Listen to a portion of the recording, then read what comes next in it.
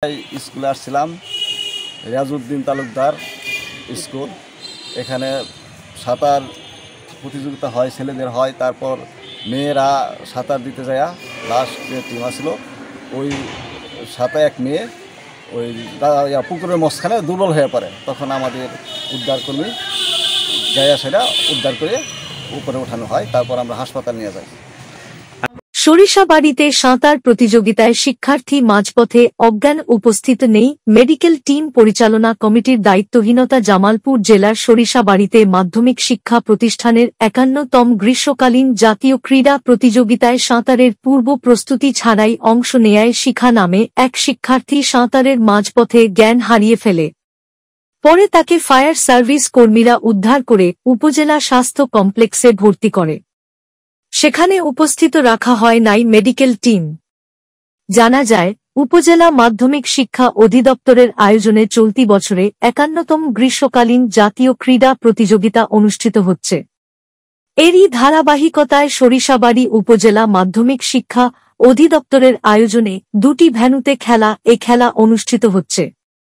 সোমবার ৭ অক্টোবর সকালে ভেন্যু রিয়াজ উদ্দিন তালুকদার উচ্চ বিদ্যালয় পুকুরে ১০০ মিটার সাঁতার খেলার আয়োজন করে খেলার সংশ্লিষ্টরা। উক্ত খেলায় সরিষাবাড়ি সালেমা খাতুন বালিকা উচ্চ বিদ্যালয়ের ষষ্ঠ শ্রেণীর শিক্ষার্থী শিখা খাতুন পূর্ব প্রস্তুতি ছাড়াই সাঁতারের অংশ নেয়। পরে সে সাঁতারের মাঝপথে গিয়ে জ্ঞান হারায়। এ সময় ডুবে যাওয়ার প্রাক্কালে ফায়ার সার্ভিস কর্মীরা তাকে উদ্ধার করে উপজেলা হাসপাতালে ভর্তি করে। এদিকে সালেমা খাতুন বালিকা উচ্চ বিদ্যালয়ের শিক্ষিকা ইদুন্নেসা বলেন, প্রশিক্ষণ ছাড়া কোন খেলায় অংশ নেওয়া উচিত নয়। বিশেষ করে সাঁতার খেলাটি জীবন মৃত্যুর সাথে সম্পর্কিত। আমাদের বিদ্যালয়ে শিক্ষার্থীদের সাঁতার শেখানোর কোন প্রশিক্ষক বা ব্যবস্থাপনা নেই। শিখা মেয়েটি সাঁতারের অংশ নিয়ে মাঝপথে অজ্ঞান হয়ে পড়লে ফায়ার সার্ভিস কর্মীরা তাকে উদ্ধার করে উপজেলা স্বাস্থ্য কমপ্লেক্স এ ভর্তি করে। আমরা বিদ্যালয়ের পক্ষ থেকে মেয়েটির খোঁজ খবর নিচ্ছি। এ ব্যাপারে fire service team leader Abdullah Al Mamun জানান, গ্রীষ্মকালীন জাতীয় ক্রীড়া প্রতিযোগিতার অংশ হিসেবে আজ রিয়াজ উদ্দিন তালুকদার উচ্চ বিদ্যালয় সাঁতার খেলার আয়োজন করা হয়। এ খেলায় সালেমা খাতুন বালিকা উচ্চ বিদ্যালয় এর একজন প্রতিযোগী সাঁতারের মাঝপথে গিয়ে অজ্ঞান হয়ে পড়ে। তাকে উদ্ধার করে আমরা উপজেলা স্বাস্থ্য কমপ্লেক্সে ভর্তি করি। তবে প্রতিটি শিক্ষা প্রতিষ্ঠানের কর্তৃপক্ষের উচিত প্রত্যেকটি প্রতিযোগীকে খেলা সম্পর্কে প্রশিক্ষণ দেয়া। তা না হলে যেকোনো সময় একটি বড় ধরনের দুর্ঘটনা ঘটতে পারে বলে জানান তিনি।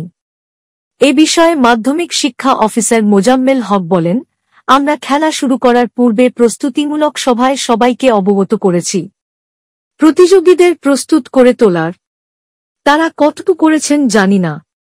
তবে আজকের ঘটনাটি অনাকাঙ্ক্ষিত, অপ্রত্যাশিত। মেয়েটিকে হাসপাতালে ভর্তি করানো হয়েছে, তার চিকিৎসা চলছে। আমরা খোঁজ খবর রাখছি। এ বিষয়ে সাধারণ জনগণ মনে করেন, সাঁতারের জন্য যে পুকুরটি নির্বাচিত করা হয়েছে সেখানে কচুরিপানা ও ময়লা যাহা পরিষ্কার করা প্রয়োজন ছিল। পুকুরের গভীরতা বেশি। খেলাধুলা পরিচালনা কমিটির উচিত ছিল মেডিকেল টিম উপস্থিত রাখা। এখানে সাঁতার প্রতিযোগিতা কমিটির দায়িত্বহীনতা রয়েছে বলে সচেতন মহল মনে করেন। উপজেলা নির্বাহী কর্মকর্তা শারমিন আক্তার এ বিষয় বলেন, জাতীয়ভাবে আমাদের যে নির্দেশনা দিয়েছে ওই আলোকেই ৩টি খেলা কাবাডি, দাবা ও সাঁতারের আয়োজন করা হয়েছে। এটা আমাদের উপজেলা পর্যায়ের সিদ্ধান্ত না, এটা জাতীয় পর্যায়ের সিদ্ধান্ত বলে জানান তিনি। সাঁতার প্রতিযোগিতায় একজন মেয়ের দুর্ঘটনার কথা স্বীকার করে বলেন, খেলাধুলা বিষয়ে আগামীতে আরও সাবধানতা অবলম্বন এবং প্রয়োজনীয় ব্যবস্থা গ্রহণ করতে বলা হবে বলে জানান।